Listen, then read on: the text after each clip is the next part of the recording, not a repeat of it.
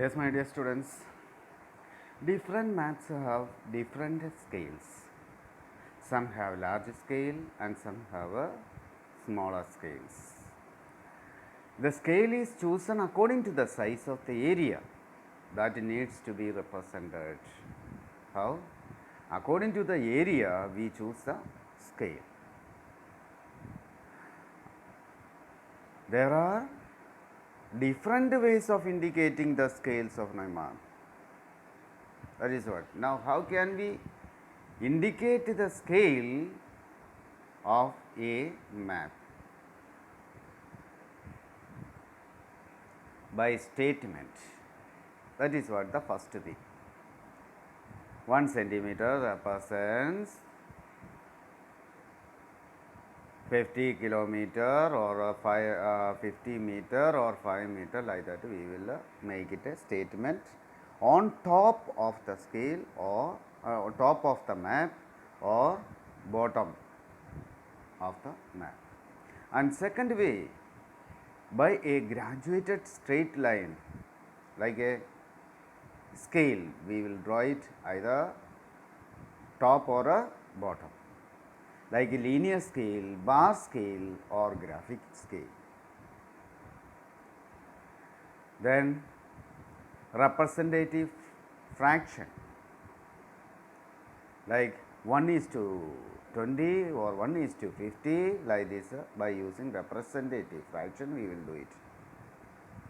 So, let us see the method.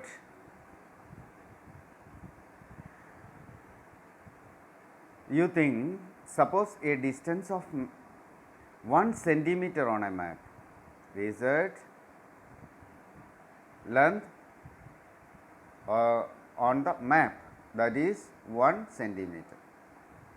That ground distance is 100 kilometer. Ground map distance 1 centimeter and ground distance 100 kilometer.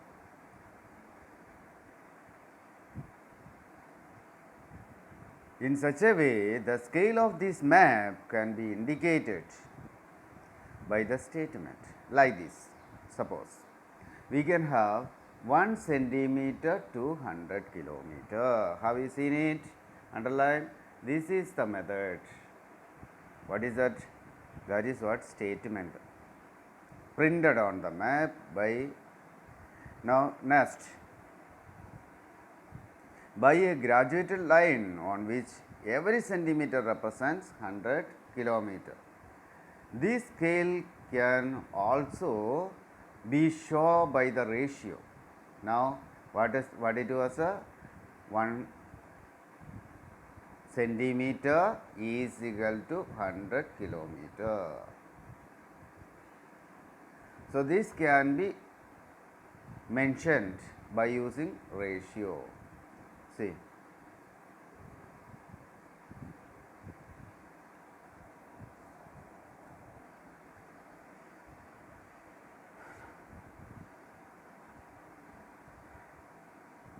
so 1:1 crore. That is what the RF of this map. So, this method, how can we find out? You see, this is the thing. This is the formula to find the RF. RF is equal to ground distance by map distance. That is what the formula to find RF.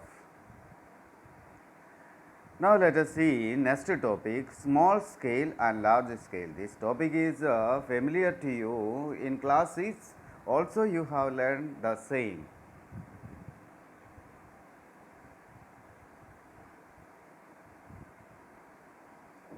Consider a map in which 1 centimeter represents 1 kilometer.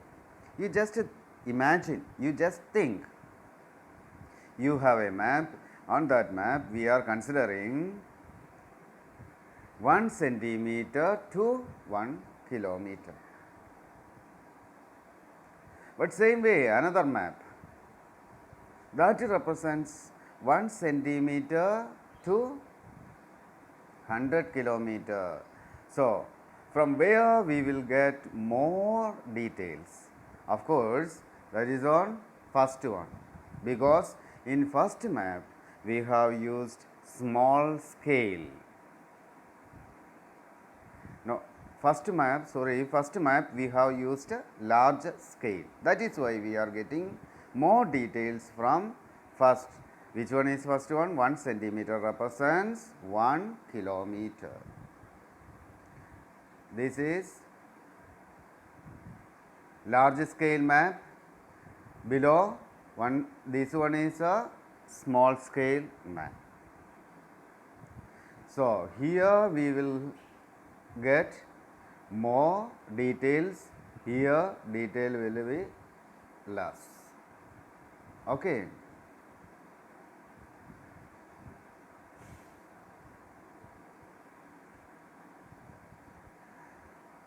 So, usually large scale maps are used by tourists. Why? And some study purposes. Why? These two category people, they need more information.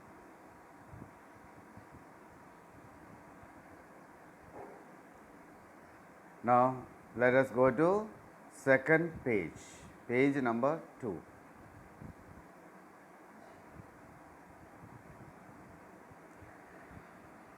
When we need large scale map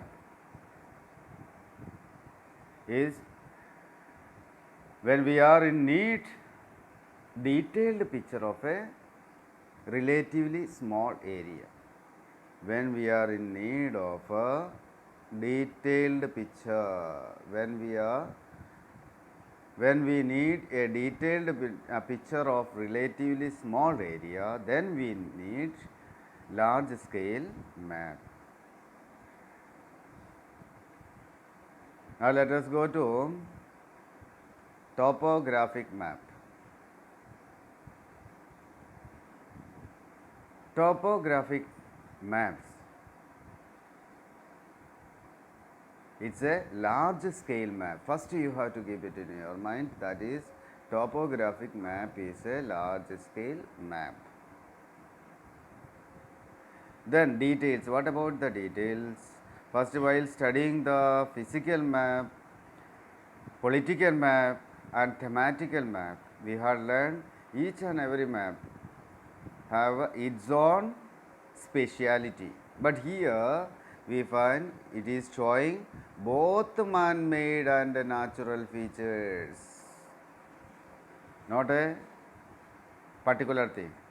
Together, both man-made as well as natural. That means a mixture of political map as well as a physical map.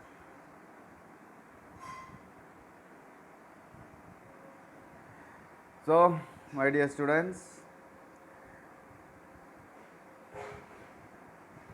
we will learn more about topographic map in next session. So, whatever we learn, you read properly and try to understand. And we have a nice day.